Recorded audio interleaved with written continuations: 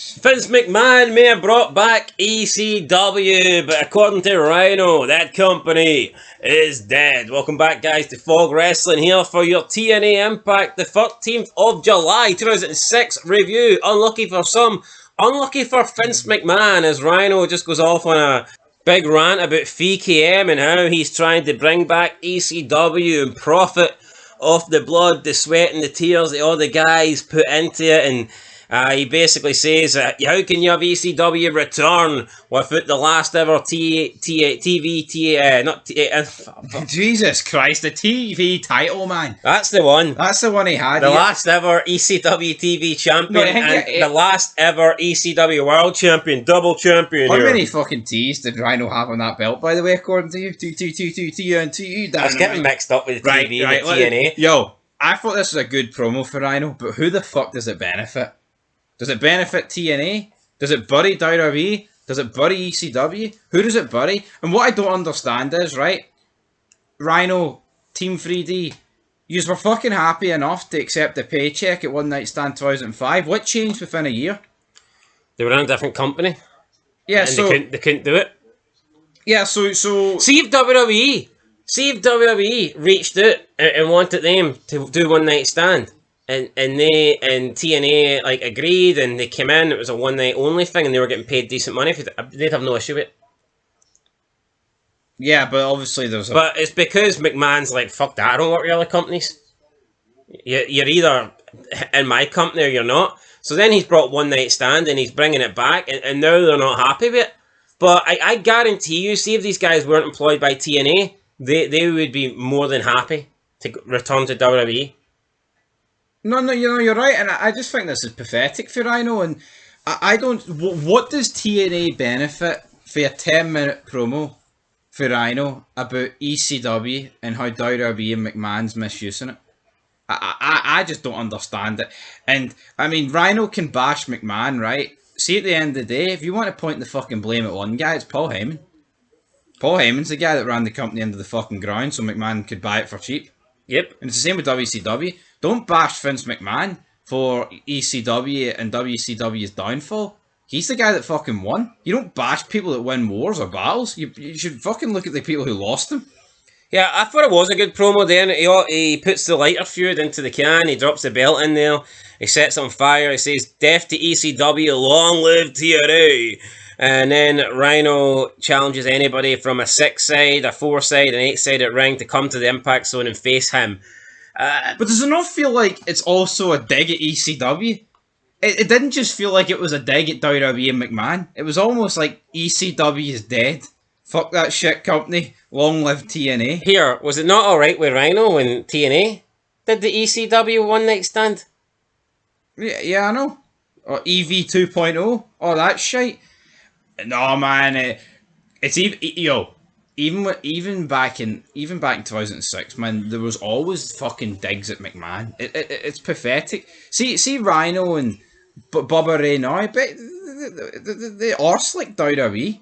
They could do no wrong. Look at the way fucking WWE's treating TNA in 2025. Garbage. You want to talk about mistreatment? Yeah, it's worse than WWE ever treated ECW, that's for sure, under McMahon. Fucking damn sure. Right, Abyss with James Mitchell takes on Norman Smiley, beats him in about a minute, Black Hole Slam, not really surprised. James Gang come out and they say they can count on Mitchell and Abyss. And that's it. Basically, Victory Road, Team 3D, you've got your own personal highway to hell. So, we get that. Then we get a video package with Shane Douglas. He talks about training the naturals. He didn't understand how hard it would be, but they've got a match at Victory Road against Diamonds in the Rough, and it's like, I don't know, you're charging people for Victory Road, it's a pay-per-view, and we're getting Diamonds in the Rough and the Naturals in a match with zero fucking build, apart from the fact that he's just said here in this like little video package that's the match is happening. Now, I get it. I do believe that a 1 hour Impact probably does... I think with a 1 hour Impact and the fact that you've got a 3 hour pay-per-view every single month, that probably does hurt, building. It's because you need to give your main event stuff most of the focus. And Eric Bischoff has broken down how he basically books wrestling and that he allocates 35% of his shows to the main event, like the main story, and then after that it trickles down. So yeah, I totally get it. When you've got a 1 hour show, it's going to be hard to build up every single match on the pay-per-view, but I think TNA need to start doing a better job of it. Maybe they will when Impact goes 2 hours, but I just think there's too many times. It's basically all the time. In fact, how many times do we get to a pay-per-view and like the first hour of it, it almost feels like a pre-show? No, yeah, it's matches that were like unannounced or just shite and don't have any. I'll say this, but Victory Road, this is the only match to me that does I don't give a fuck about. I feel like every other match feels good. No, but does not think with most pay-per-views TNA's done, like the first hour feels like a buy-in, feels It like a does. pre-show. I mean, it's up there, but then it can't just be a case of here we don't have a pre-show, so we're going to make the first hour of the pay-per-view a pre-show. I mean, no, you can't be going in with that mentality. It's piss poor, but hopefully it'll be rectified in the coming years. But the naturals and the diamonds in the rough, that I even think on Impact we are beyond seeing that match, man. It's explosion, isn't it, at best? Yep. Right, then we got a video package with the TNA champs, the tag champs, Daniels and AJ Styles.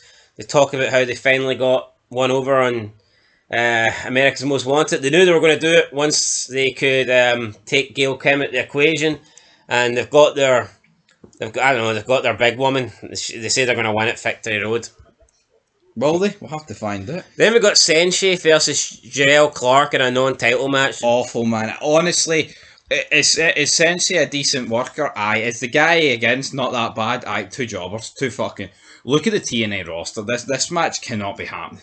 Yeah. Then we get another video package that airs with Scott Steiner commenting about the Fatal 4-Way, calls Samoa Joe a fat bastard, and he says there's no way a Canadian can measure up to an American, especially not when you compare Christian and Steiner's arms, that's for sure. He put over Sting though, it was kind of funny. Yeah, we go to a commercial break, then we come back with another video package, which was Christian's comments on the match, and he says him and Sting won't have a problem.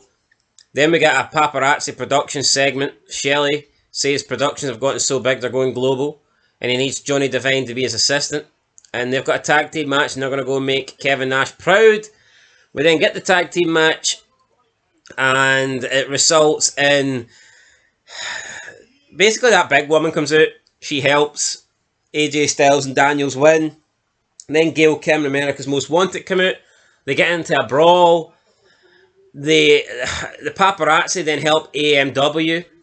They then handcuff Daniels to the rope and do like one move on AJ, and that was it. It's like, what a waste of a fucking handcuff. Normally when they handcuff someone, they're going to battle the shit out of the other guy. Yeah. They handcuffed Daniels so they could do one move to AJ. To me, that's... pointless. What's the point of bringing out handcuffs? Normally, you see handcuffs coming out, you think you're getting something good. But this was a big letdown. What was the fucking point? I don't know. Yeah, and then obviously Styles Clash 1, 2, 3, job done. And well, that was to win the match, like, but aye. No, yeah, that was to win the match. Right, then we got another video. What are you going to say? No, but you're right with the handcuffs. It's like, I feel like for every time handcuffs get whipped out in wrestling, it needs to be for something big. And you're right. Like when Randy Orton did that shit to Stephanie and Triple H, that's a handcuff worthy moment. Aye. This was not. No. This was fucking like not. It should be used in a way to like prevent someone from doing something. And I know they've done it before where they handcuffed one of the naturals and they absolutely battered the other one. Aye, that's good. But to handcuff Daniels just so they can do one move on Styles, unnecessary. We then get another video package that builds up Sabisco and Raven. This was good. Yeah, this was good. Slick, I mean, I think it was the only video package that... Well, maybe not the only one that was good, but I don't know.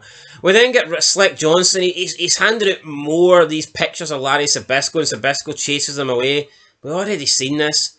We then get another Road to Victory Road segment, Road to Victory. This time Samoa Joe's comments said he came to TNA to be the man, and that he says he is now the man, Sting's no longer the man. Then Jeremy Borash is backstage with Damore and Canada. He says they're going to seize the moment tonight and they're going to win and they're going to keep Team Canada alive. Then we get the match. Thought it was alright, to be fair. It was fine. In the end, we get A1 losing to, who was it? Jay Lethal. So yeah, Rhyno hits him with Steino. Rhyno hits him with a gore. Then allows Jay Lethal to hit a move off the top rope. Jay Lethal picks up the win. Rhyno celebrates. Team 3D celebrate. Brother Runt came out and attacks Scott D'Amore as well. But it's like, the fact that you could get a world title shot by winning this, why is Rhyno just happy to allow Jay Lethal to get the win? Yeah, and you know what? Jay Lethal wins, but does this not just tell you everything you need to know about why people should be getting pushed at a young age? Like, yeah, Jay Lethal's not going to be The Rock, but he's 20. 20 here. Youngest member of the TNA roster. Yeah, and here he is getting a title match.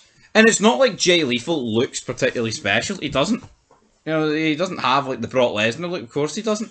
But this is why we always see this TNA complain about rosters that are like 35. See this TNA roster though. Who's in TNA over the age of 35 that isn't a star? Exactly. See you look at the old people in wrestling. I don't know what age Christian is at this moment in time. I'd be willing to bet he's probably not even 35 yet. I'd say he wouldn't be. But you look, the only people over 35 are like your Stings, your Nashes, your Steiners, your Jarretts. And these are guys that are there because they were from different eras. But when you look at the actual current crop, see when you look at the people that the TNA are pushing, like their own stars, they're all under 35. They're all young. No, absolutely, and that's what it should be. What age is Bobby Roode now? Fuck, I think he's 50. But back then, you know, he'd have been like, what, 30? I don't think he's 50. I'm pretty sure he is. Let me find out. I go for it. Bobby Roode. I think Bobby Roode's about 40 something, 46. 49. Alright, well, fair enough. But you get my point. Like, the people were fucking young. You look at WWE now, and it's like, you've got people like Damian Priest who's 45, and it's like, why is he in the roster? I think this was the correct decision, though, for Team Canada to lose. And then you got like a weird scene with DW and Eric Young just fucking screaming at each other as the show went off the air.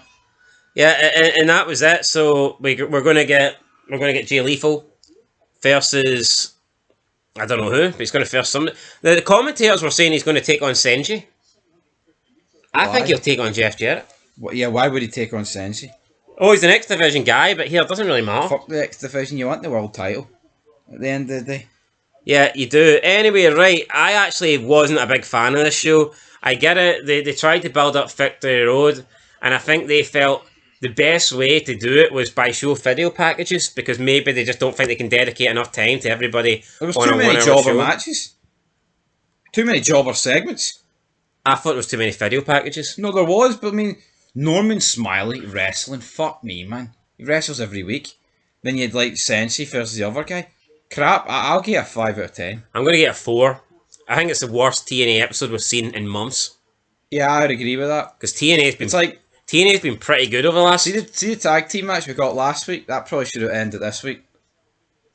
Yeah, you got a big stipulation match in the main event. I can't dispute that, but I almost feel like that match should have been at the fucking pay-per-view.